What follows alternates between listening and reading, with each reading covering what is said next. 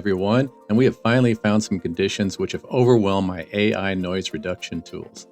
But conditions, while on the edge with choppy seas and 30-knot blowing snow, will allow us to get to shore for our last landing, this time at Palaver Point on Two Hummock Island. And since we have run up against our most challenging weather of the trip, I think it's a good time to talk about cold weather gear that we have used on the White Continent.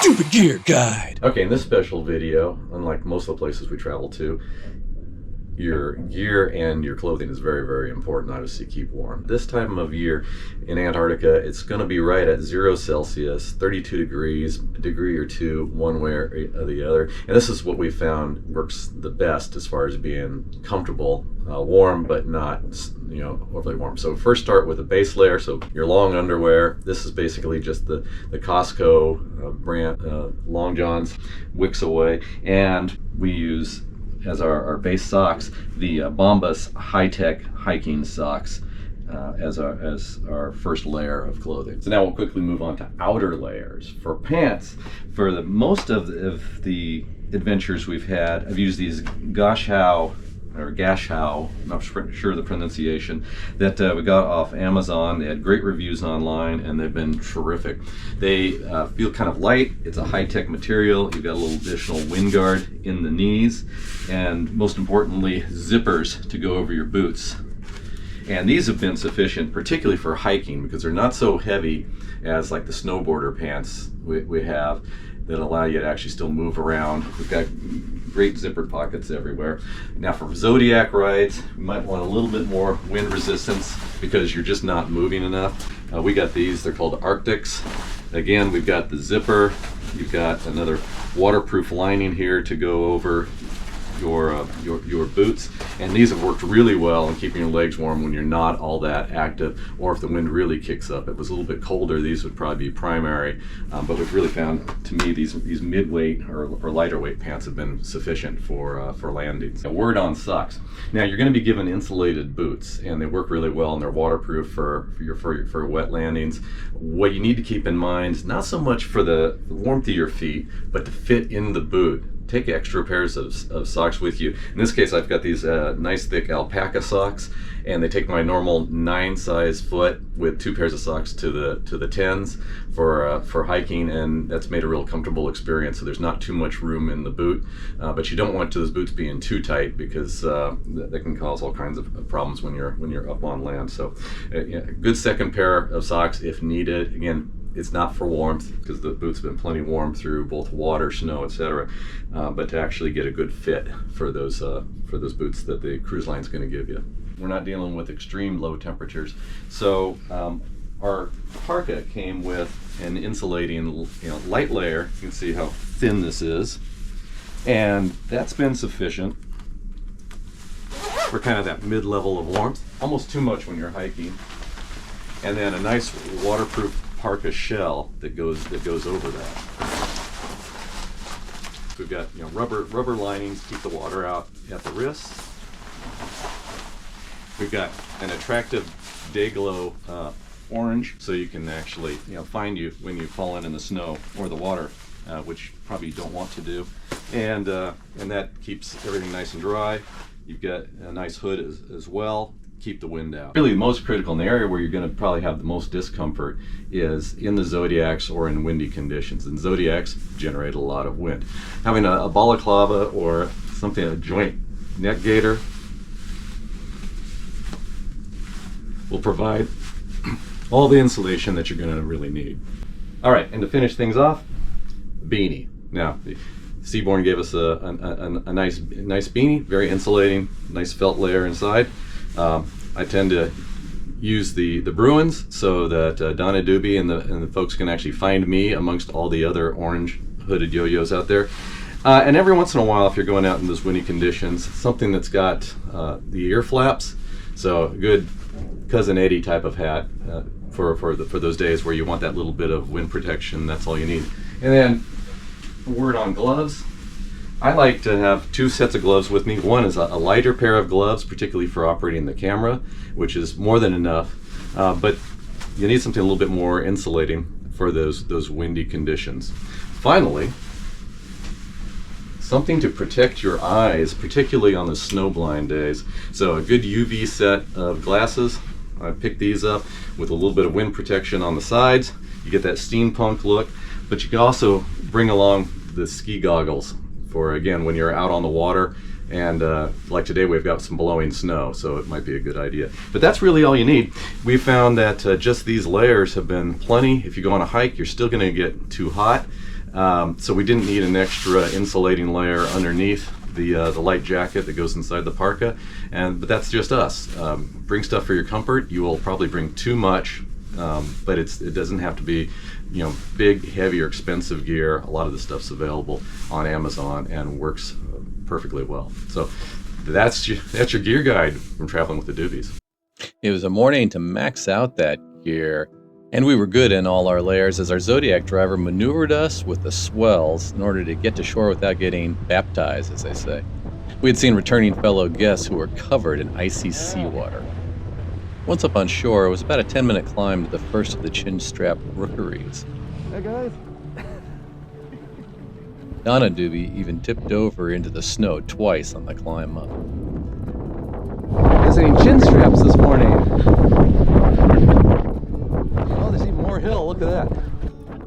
Chinstrap penguins, like their cousins the Adelies and Gentoos, like these rocky outcrops for nesting.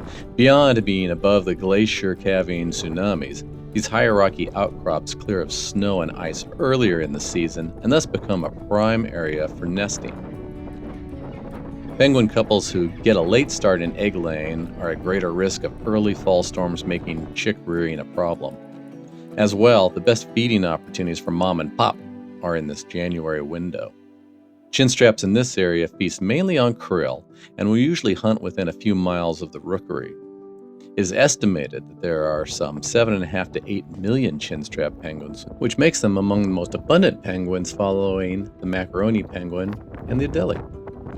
While there are plenty of chinstraps in Antarctic waters, there is some concern that their numbers are decreasing, and this may be due to decreasing sea ice and the impact of krill.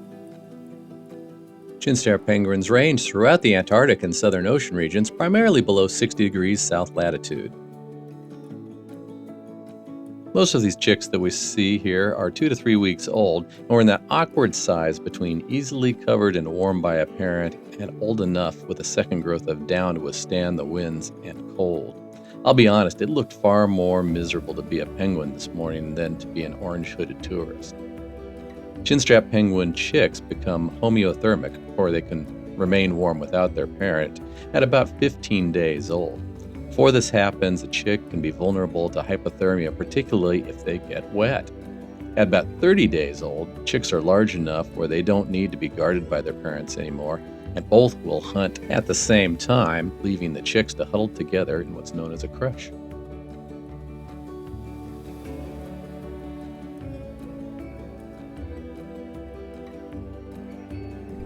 Beyond the first rookery was another 10-plus minute of upward climbing in the snow and ice. This was a real reminder of why you don't want to put on too many thick layers.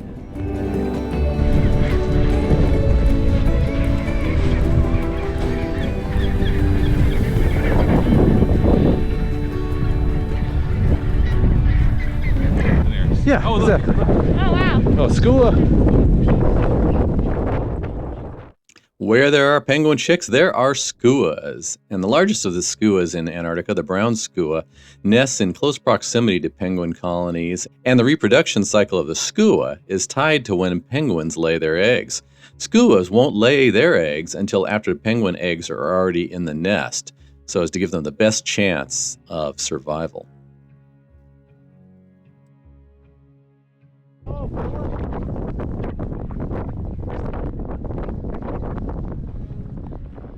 Now, by the end of February, chicks and adults will have undergone a catastrophic molt, whereby new swimming feathers will replace the old ones and ready these chinstraps for a long winter at sea and at the edge of the ice. In the meantime, their old friends the SKUAs will migrate to the north. Now, Adrian de Gerlache originally landed on this island in 1898 with the crew of the Belgica, and Palaver Point is thought to be named as such based on palaver, being a synonym to blather, referring to the noisy chatter of the Chinstrap Penguins that populate the point. So I lingered on top of this hill as long as I could with a couple of my Kriller Instinct teammates. But this was the first landing where we were kept to a strict time limit. And with our guides having been out on the snow for over 3 hours now, I can't really blame them for wanting to get us all back on board.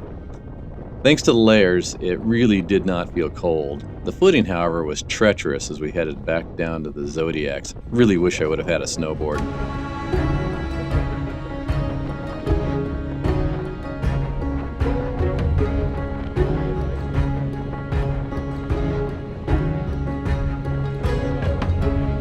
Now, once we all got back on board and everything was cleaned up and buttoned up, I figured it was a good time to take you on a tour through the mudroom and what we would see when we come down for our expeditions on a daily basis.